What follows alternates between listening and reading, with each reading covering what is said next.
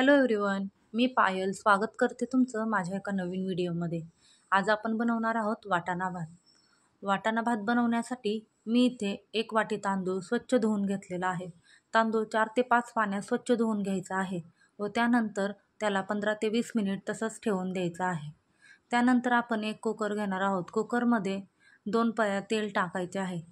तेल चांगले गरम झाल्यानंतर त्यामध्ये आपण टाकणार आहोत 1 चमचा जिरे, 2 ते 3 तमालपत्राची पाने, 1 उभा चिरलेला कांदा, अद्रक, लसूण व कोथिंबीरीची जी आपण पेस्ट तयार करून घेतली आहे ते त्यामध्ये टाकणार आहोत. त्यानंतर आपण अर्धा वाटी मटार त्यामध्ये ॲड करणार आहोत. हे सगळे पदार्थ आपल्याला चांगल्या प्रकारे एकमेकांमध्ये मिसळून घ्यायचे आहेत. वाटाणे टाकल्यानंतर आपल्याला ते 5 ते 6 मिनिट परतून घ्यायचे आहे. सगळे मसाले एकत्र मिक्स झाल्यानंतर आपण त्यामध्ये काही सुके मसाले ॲड करणार आहोत. सुक्या मसाल्यांमध्ये आपण 1 चमचा हळद घेणार आहोत. त्यानंतर 1 चमचा धनेपूड टाकून चांगल्या प्रकारे मिक्स करणार आहोत. त्यानंतर आपण त्यामध्ये चवीनुसार मीठ टाकून हे सगळं पुन्हा परतून घेणार आहोत.